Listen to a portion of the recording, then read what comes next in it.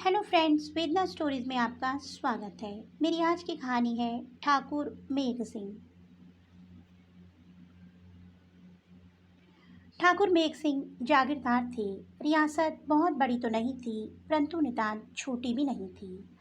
अच्छी आमदनी थी। ठाकुर साहब अक्षरों की दृष्टि से बहुत विद्वान नहीं थे, पर वैसे यथार्थ दृष्टि में वे विद्वान थे। विद्या वही जो मनुष्य को सच्चे मार्ग की ओर ले जाए। जो विद्या मनुष्य को विपथगामिनी बनाकर भीष्ण नरक काल में जलने को बाध्य करती है, जिसके द्वारा जीवन अभिमान, काम, क्रोध, लोभ, मोह आदि के भयानक तूफान में पड़कर नष्ट भ्रष्ट हो जाता है, वह तो साक्षात अविद्या है, प्रत्यक्ष तम है। ऐसी विद्या से तो बचना ही चाहिए। ठाकुर मेघ सिंह उस विनाशकारिणी विद्या से बचे थे। उनकी विद्या ने उनके जीवन को सब ओर से प्रकाशमयी बना रखा था। इससे उनका प्रत्येक कार्य मानव जीवन के परम लक्ष्य को सामने रखकर ही होता था। ठाकुर साहब की प्रजाप्रियता और न्याय से सभी लोग प्रसन्न थे। उनका प्रत्येक न्याय प्रजावत्सलता और सर्वहित की दृष्टि से दयापूर्ण नहीं होता था। उन्हें बड़े से बड़ा त्याग करने में भी किसी कठिनाई का सामना नहीं करना पड़ता था। ठाकुर साहब नित्य प्रसन्न मुख तथा प्रसन्न मग्न ही रहते थे। भगवान का स्मरण तो उनके जीवन में श्वास क्रिया की भांति अनिवार्य हो गया था। संसार में सब तरह के मनुष्य होते हैं। ठाकुर साहब की पवित्र जीवनचर्या और उनका साधु स्वभाव भी किसी के लिए ईर्ष्या और द्वेष का कारण बन गया। तमसाछन हृदय की कुटिलता से दृष्टि बदल जाती है। फिर उसे अच्छे में बुरे, देवता में राक्षस, साधु में असाधु और सत्य में मिथ्या के दर्शन होते हैं।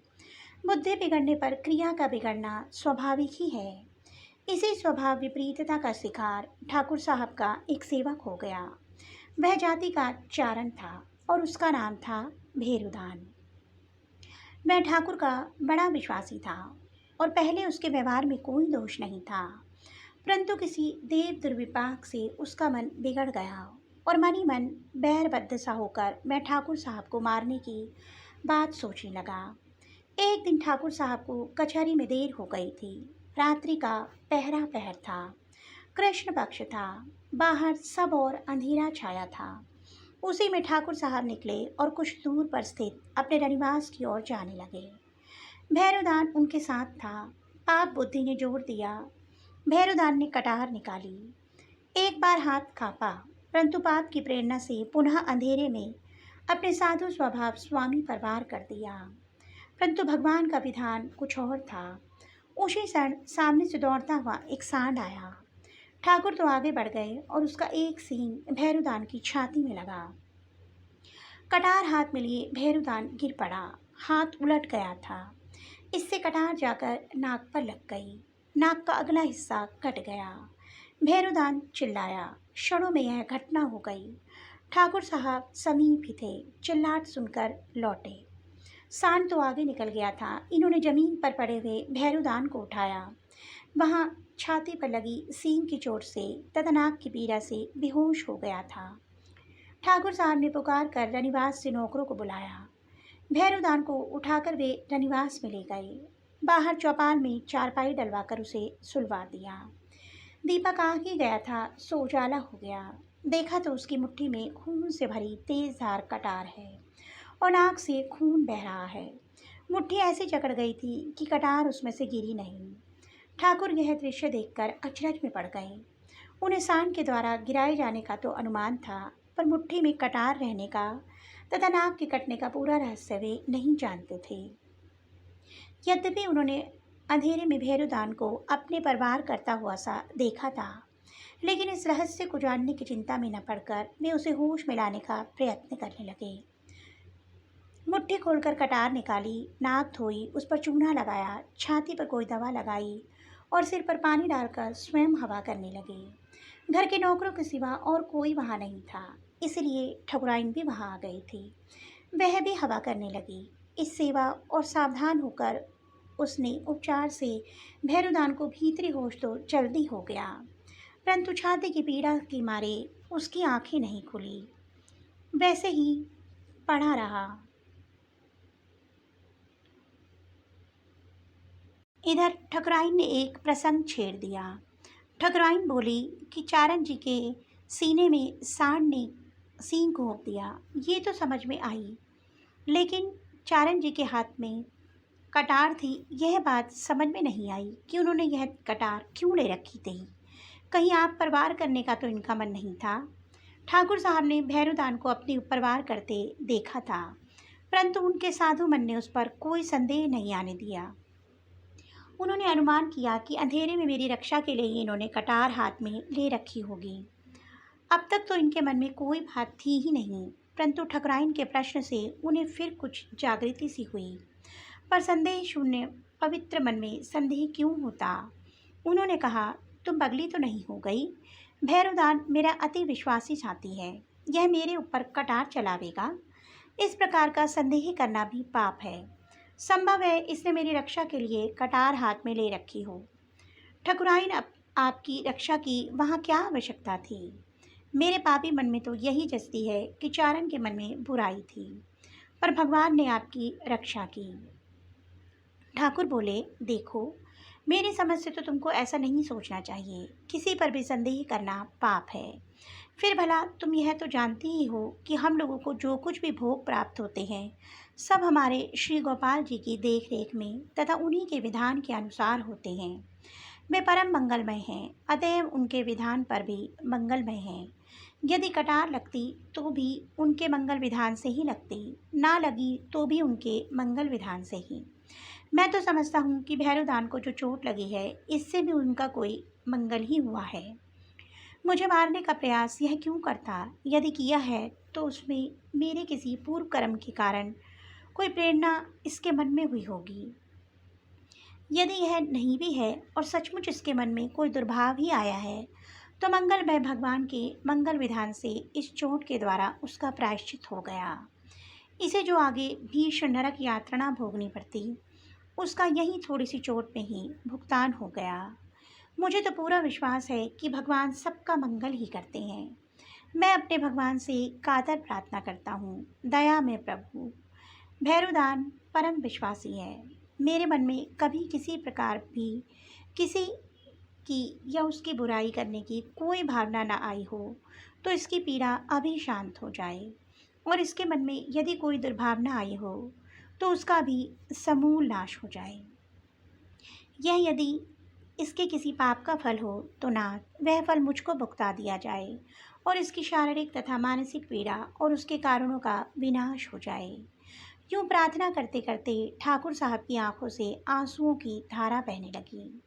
उनकी उस दशा को देखकर तथा उनके पवित्र भावों से प्रभावित होकर ठकुराइन का हृदय भी दवित हो गया।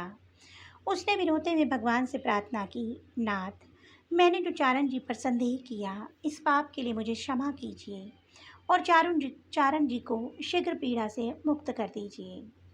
भैरूदान को भीतरी होश तो था ही, उसने यह सारी बातें सुनी। ज्यों ज्यों सुन रहा था त्यों त्यों ही उसका मन बदलता जा रहा था और उसके मन में अपनी करनी पर पश्चाताप हो रहा था। पश्चाताप की आग से उसका हृदय कुछ शुद्ध हो गया। फिर जब ठाकुर साहब ने भगवान से प्रार्थना की तब तो उसका हृदय सर्वथा निर्मल हो गया और क्षणों में ही उसकी छाती की पीड़ा भी सर्वथा शांत हो गई। उसने आंखें खोली और उठकर वह ठाकुर साहब के चरणों में लौट गया। ठाकुर साहब इस बीच भगवान के ध्यान सुधा सागर में डूब गए थे। उन्हें बाहर की कोई सुधि नहीं थी। ठकुराइन भी भावाविश में बेसुध थी। कुछ देर चारण दोनों के चरणों में लौटता रहा। जब भगवत प्रेरणा से ठाकुर ठकुराइन बाह्य चेतना हुई तब उन्होंने अपने चरणों पर पड़े भैरूदान को अश्रुओं से चरण पखारते पाया। ठाकुर ने उसको उठाकर हृदय से लगा लिया। भैरूदान ने अपने को छुड़ाते हुए रो कर कहा, मालिक, मेरे जैसा महापापी मैं ही हूँ। आप मुझ पापी का स्पर्श मत कीजिए। मैं नरक का कीड़ा वहाँ पर व्यर्थ ही आप में दोष देखकर आपको मारने वाला था। भगवान ने बड़ी दया की जो सांड रूप में आकर मेरे नीच आक्रमण से आपको बचा लिया। आपको क्या, उन्होंने नाक काटकर ऊंची शिक्षा दी, वह मुझको बचा लिया और ऐसा बचाया कि मेरे पाप को मूल से ही उच्छेद कर दिया। यह सब आपकी सहज साधुता और भगवत प्रीति का चमत्कार है। मेरा मन पश्चाताप की आग से जल रहा है। मैं इसका समुचित दंड चाहता हूँ, तभी मुझे तृप्ति होगी। ठाकुर साहब ने हंसते हुए कहा, भैरुदान, तुम जरा भी चिंता ना करो। तुम मुझे जैसे पहले प्यारे थे, अब उससे भी बढ़कर प्यारे हो। तुम्हारे इस आचरण ने मेरे भगवत विश्वास को और भी बढ़ाया है। इसीलिए मैं तो तुम्हारा बहुत बड़ा उपकार मानता हूँ और अपने को तुम्हारा ऋणी पाता हूँ। जिस किसी भी निमित्त से भगवान में विश्वास उत्पन्न हो और बढ़े, वह निमित्त देखने में यदि असुंदर भी हो तो भी वस्तुतः बड़ा ही सुंदर, श्रेष्ठ तथा वंदनीय है। तुम इसमें निमित्त बने, इसीलिए तुम मेरे परम हितकारी बंधु हो। तुम दंड चाहते हो, अच्छी बात है, मैं दंड देता हूँ। तुम्हारे शरीर को ही नहीं, तन मन वचन तीनों को देता हूँ। जब तुम चाहते हो तब उसे साआनंद ग्रहण तो करोगे ही। हाँ, यदि तुम ग्रहण करोगे तो मुझको भी ऋणी बना लोगे। दंड यह है कि शरीर से किसी का कुछ भी बुरा न करके सदा भगवान से सबकी सेवा किया करो। वचन से किसी को कभी कठोर वाणी न कहकर सत्य, हितकर, मधुर और परिमित वाणी से तथा भगवत आनंद गुण आदि के दिव्य कीर्तन गायन से सबको सुख पहुँचाया करो। और मन से द्रोह, दंभ, काम, क्रोध, लोभ, विषाद और जग चिंतन रूपी विश्व समूह को निकाल कर प्रेम, सरलता, सच्चाई, प्रसन्नता, संतोष और नित्य भगवान चिंतन की अमृत धारा के द्वारा सबका मंगल किया करो। यह सब भी किया करो केवल भगवान की प्रसन्नता के लिए। यही यथार्थ त्रिदंड है। जो इनको धारण करता है वही त्रिदंडी है। तुम इन तीनों दंडों को धारण कर सदा के लिए त्रिदंडी बन जाओ। मैं तुम्हारा बड़ा उपकार मानूंगा। इन सारी बातों को होने में ठाकुर साहब की भगवत स्मृति नित्य अक्षुण्ण बनी रही। कहना नहीं होगा कि भैरवदान का जीवन ही पलट गया और ठाकुर मेघ सिंह के बर्ताव और संग से वह परम साधुता को प्राप्त कर नित्य भगवत विश्वासी बन गया। तो दोस्तों, आपको मेरी कहानी कैसी लगी कमेंट बॉक्स में अवश्य बताइएगा और हमेशा भगवत चिंतन में अपना ध्यान लगाइएगा। जल्द ही एक नई कहानी के साथ आपको मिलूंगी। तब तक के लिए बाय बाय।